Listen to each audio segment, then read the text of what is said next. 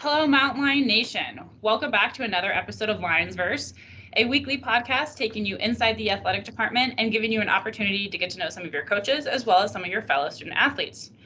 I'm your host, Holly Stevenson, and with me today I have two players from our baseball team, Christian Manmano and Jaeden Hegmann. How are you guys doing today? Thanks so much for sitting down with me. Absolutely. Thank you for having us. We appreciate it. Of Doing course. great. Doing great. Excited to be here. Good. I'm glad. So we'll just kind of dive right into it. How has preparing for this season been different for you guys in the past, or has it been different, I should say? Huh. Oh, go ahead. Go ahead. Yeah, I was gonna say I guess it is definitely different because it's been I think in a couple weeks in March it'll be an entire year until we have played our next game. So it's been an entire year of just practicing and training and guys, what we can do with the team and what we can't do with the team on and off field. So we've had no games for like an entire year, and then I feel like that's kind of unprecedented for a lot of the guys. And so it's just been a lot of I feel like everyone has these competitive juices going that have just been just boiling for a year now. So it's been tough to keep kind of our eyes on the prize, like just waiting for our games to get started. But a whole year of just practice and training, it's like we don't obviously we want to get better at practice, but everyone wants to go play. Everyone's going to compete against those other teams. Right, as you say, there's all that pent up energy now. Oh yeah. I feel like it's been really strenuous. Yeah. We've had all the time off that we've ever had in our lives, I feel like. So coming back and going full force, it's been strenuous on our bodies, but strenuous on our mindset too, because like you said, we want to get out there and play. We have a lot of competitive juices flowing through our bodies. So now we're just ready to go at this point. Oh yeah, I can imagine so. So speaking on that then, because your guys' season last year was cut super short. Like I think you only had 5 or 7 games underneath your belt before they kind of canceled everything. So take me through what your guys' thought process was when you found this out, and how you guys kind of did you rally as a team, and what was that like? That was a tough week. I don't know if you remember it, Stunna, but Oh it man. was I think the day we got canceled was like a Wednesday or a Thursday. It was like the middle of the week, and leading up to it, we saw um like the Pac 10 going out. They said they were done. The Ivy Leagues were done. Like all these big conferences, and we're like, well, there's no way we play. Like we're in the RMAC, and so we're Right. like just waiting for the news to happen. And then one day, coaches broke the news at practice, and for me as a senior, I was like devastated because Yeah. we didn't know what was gonna go on. We didn't know if we were gonna get another year. So I'm in the bullpen, bawling my eyes out, like trying Yeah. to stretch it. I'm crying and stuff doing my stretches. I'm Yeah. bawling my eyes out, and I think everyone took in their own ways. Like I saw other seniors emotional, not guys who weren't even seniors, like they were pretty torn up about it. I mean, this is Yeah. everything that we've been working for, and I don't know what you think, Stunna, but I feel like that at first everyone was like trying to deal with it on their own, and then eventually we were able to kind of like group together. But at first everyone was just like it hit hard. Yeah, well, Yeah. when it all ended, like I'm not even a senior. I'm not even a senior this year, and I was torn apart. Not only because my season was cut short, but I know half the team is seniors and they're all leaving. This is their last year. This Mm-hmm. is their last shot, and it just got cut short. So I talked to all the seniors and I was like, hey, like I'm sorry everything went down the way it went down. Yeah. It's unfortunate, but I mean, thankfully they all got the year back. So and majority came back. Mm-hmm. Mm-hmm. I think in Yeah. the long run, it definitely brought us like closer together and something like bond over. But at the time when that first happened, it was crazy. Everyone was just like, how am I supposed to help the other guys if I can't even deal with it by myself? Like Adam, I'm, Exactly. I'm bawling my eyes out. Like, am I supposed to like, it's gonna be okay, buddy. It'll Yeah, be all right. I'm sitting But I here. think it took a while, but I think eventually 100% we were able to kind of bond over it over something that like we've all been through this, and now it's like we have like the second perspective on it. Where it's like, all right, now it'll bring us together, and we'll be ready to go now. Right.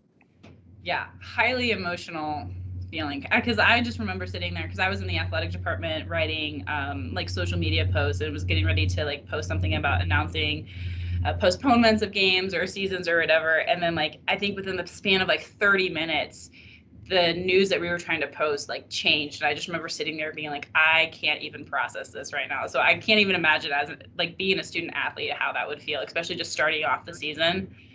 So I get it.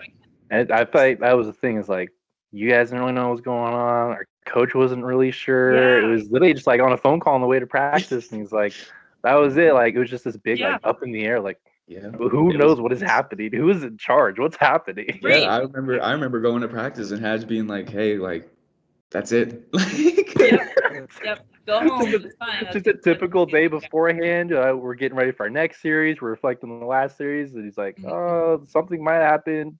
Yeah, that's it. And we all knew it in the back of our minds. Like, we're all excited to play, but there was a small chance that, hey, maybe we're not going to play again for the rest of the year. Great. Yeah, but it's one of those things where you're like, no, that'll happen to other people, but it won't really happen to us too. Yeah, it couldn't happen to us. Yeah. Absolutely. Okay, so then going into this season, does he have a certain focus for the team this season, or is he just going to be like, you know what, we're going to pick up where we left off and act like it never happened? He's ready for us to come out stomping. We're full go, like full throttle, ready to go. Yeah. Well, good. So like have practices been a little bit more intense or just like more high energy because everyone's just ready to get started then? I would say yes. I would say they're more high energy. Yeah, I would say they're more high energy. It's more serious than it's ever been, just because we've had so much time off. That we're all excited to play. We all need to keep in mind, like, it's go time. We have a series next week. It's time to go. Right. It's like hard to simulate it too, because we can't like scrimmage other teams, so it's only scrimmaging ourselves. We'd usually be playing junior colleges out of conference games against other teams, and so we're trying to simulate that the best we can by scrimmaging each other and getting like live reads in whatever drill that we're doing.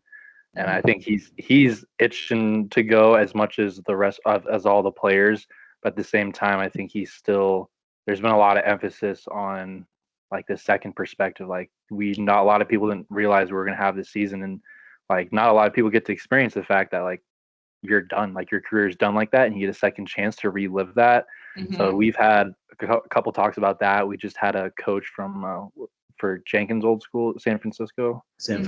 Yeah, we had that coach come out, and he was like, man, like, kids would kill to be in your spot, because their season got canceled for this year too, and it's just like kids would kill to be in your spot, so just enjoy it and like love on each other. So there is that aspect of seriousness, but at the same time, I think a lot of people have this greater found appreciation for this year at the same time.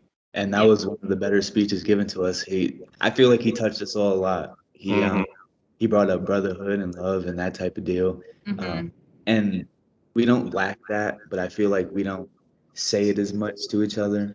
So though we do appreciate each other, we're not really showing each other how much we all really mean to each other. Yeah. 100%. Yeah.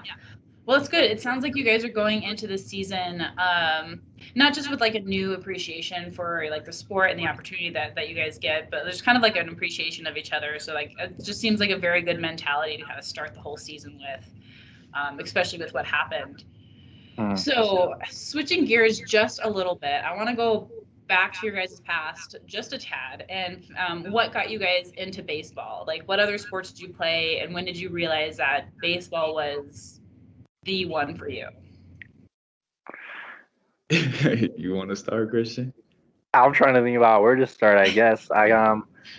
In high school, I played basketball, I ran cross country, and I played baseball, obviously. And I knew cross country wasn't for me, because I was pouting the whole time while I was running. I'm out there on my 6th mile, and why am I still doing this?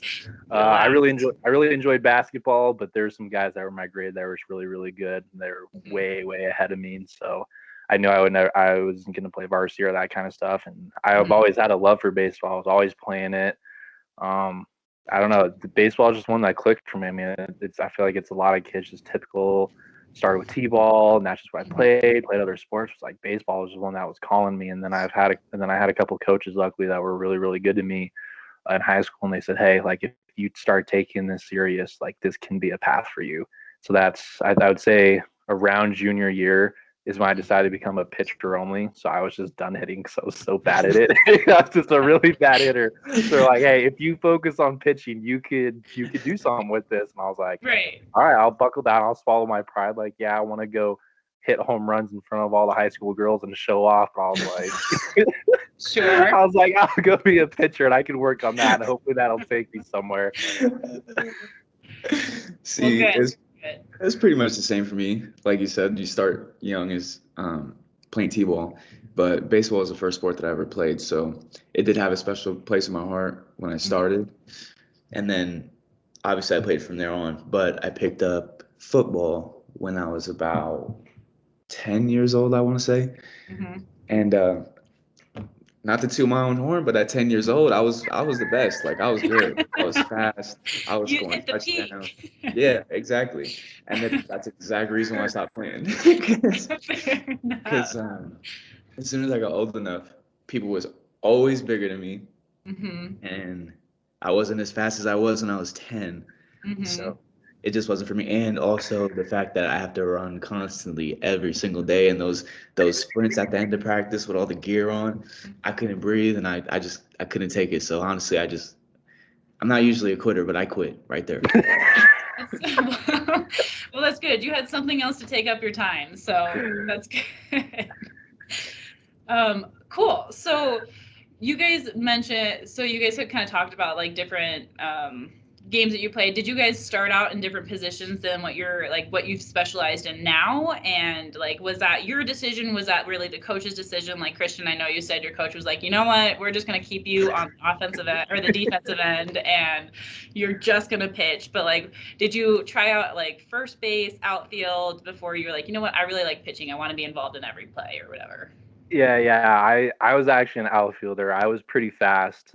Okay. Not to toot my own horn. Son, I got his chance, so it's my turn. I used to be pretty fast, so I used to play in the outfield, and I had a decent arm, so I would do that. But I was so bad at hitting, and I'm not here to make excuses, but I didn't realize I was like blind until I was like 14 years old, and so I thought I was just a really bad hitter. But it turns out I needed contacts and glasses, so I wasn't a bad hitter. I just couldn't see the ball.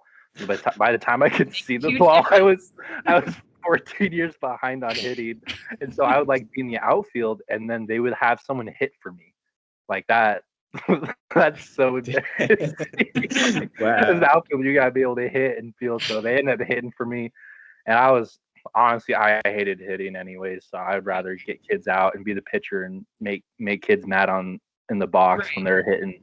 And I really enjoy pitching anyway, so it's not like it was like my second choice or anything. I really enjoyed pitching, and it's fine. I wasn't too torn up about leaving the outfield and leaving the lineup or whatever. Well, that's good. Good. When I first started, like in t-ball, everybody has a love for the infield. Everybody wants to be involved in the action. So throughout all those years, like t-ball, there's like coach pitch and stuff before Little League. I like to play first base, but that was just what? Coach. I don't know.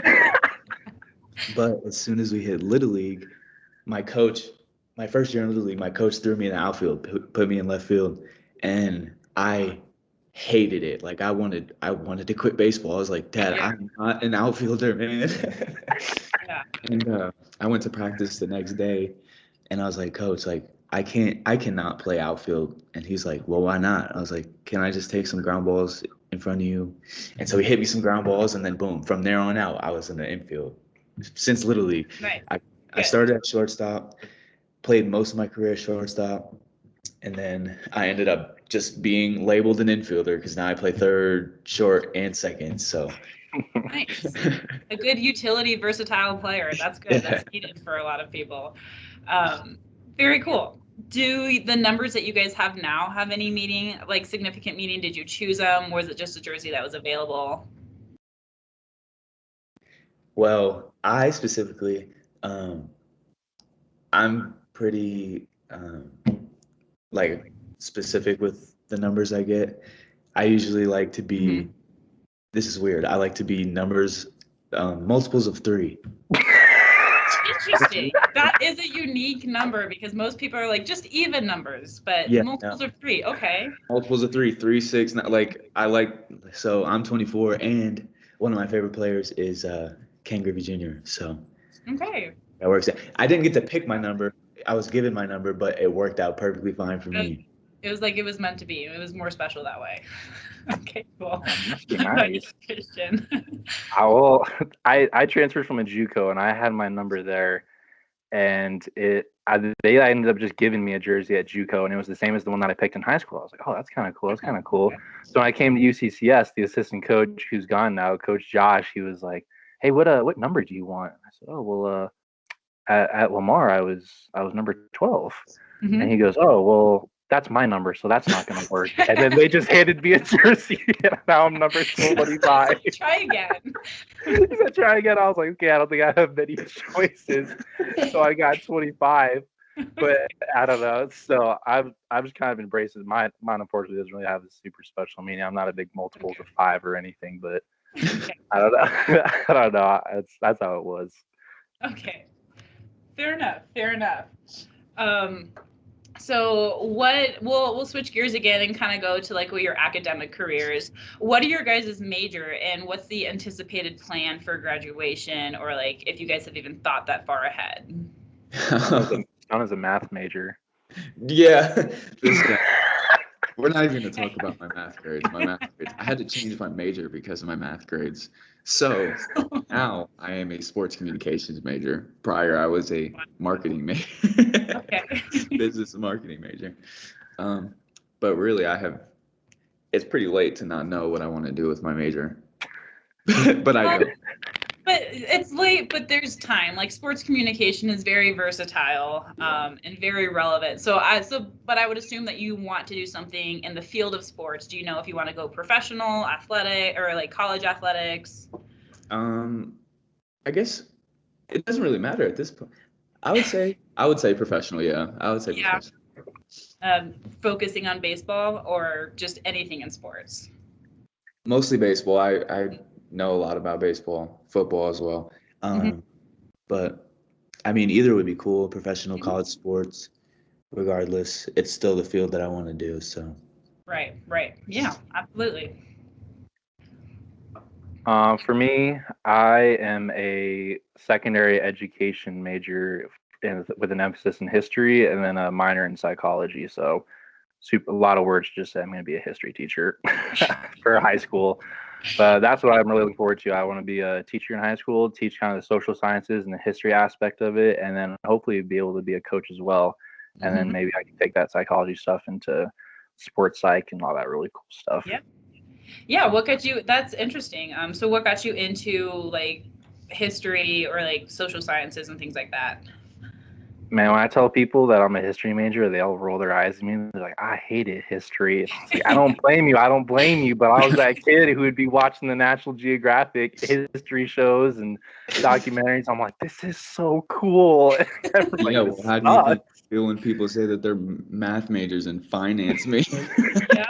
Yeah. I don't know. History just always clicked for me. If I had to put like super nerd downtime, like if I had to dumb it down for like a history event, if a teacher taught you who, what, and when happened in history, that's boring. Like Christopher Columbus came to America on this day. It's like, okay, cool. But if I teach you why and how and like these connections between events throughout history and how all these cultures influence others throughout history, that's what I find interesting. So I'm not sitting there in my room with a wallpaper of, oh my God, look at these dates that are so important to me. I'm like, yeah. So I just like all the interconnectivity and all that kind of stuff. So that's what got me into that.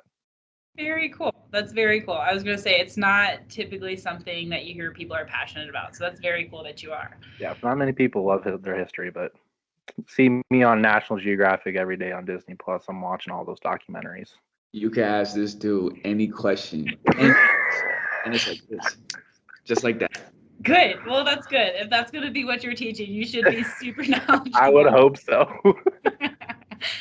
Awesome. So going back to baseball, what are your guys' walk-up songs this year? And are they super different from like past seasons? Because I know like you can tell a lot about a person by their walk-up song. Ooh, yeah. Facts. So my walk-up song is Empire State of Mind by Jay-Z. That means a lot to me and my family because we're from New York. Mm-hmm. And it was the same as last year because we got cut short. I didn't get to use it all the way through. Naturally. Very nice. Mine last year was the theme that I had for mine was I picked like really like serious ones to like amp me up, but all my teammates know that I'm kind of a psychopath when I play. Like I get really intense and really passionate, and so these songs that are like hyping me up, and I was like, you gotta stop doing that. Like you get too tense and freaked out. Right. So last year I picked a Kesha song, and everyone loves Kesha, right? That's the 2000 pop hit star. And so that helped me like loosen up a little bit, but it was still like had a nice little chorus to get everyone going. But I changed it up this year and I changed it to Kids by MGMT. And I think that's the same thing. It's like a good feeling. It's like it just reminds you that like, yo, you're a kid playing a game. Like this is fun to listen to, but at the same time, like you're just a kid, man. You're playing a kid's game and don't take things so seriously all the time. Yeah, absolutely. That's super important to remember. So we'll ask you guys one more question, then I'll let you guys go because I know you guys probably have a busy like schedule. But baseball players are known to be super superstitious when it comes to their game. So do you guys feel like you are superstitious, and do you guys have like something that you have to do every time you go up to bat or go out on the field, or like just a game day routine? Otherwise you feel like you're just gonna be thrown out of whack. I don't know if this is very superstitious, but I have to shower before every single. That might just be everybody, but I cannot leave the house. Man, I hope you're showering. What?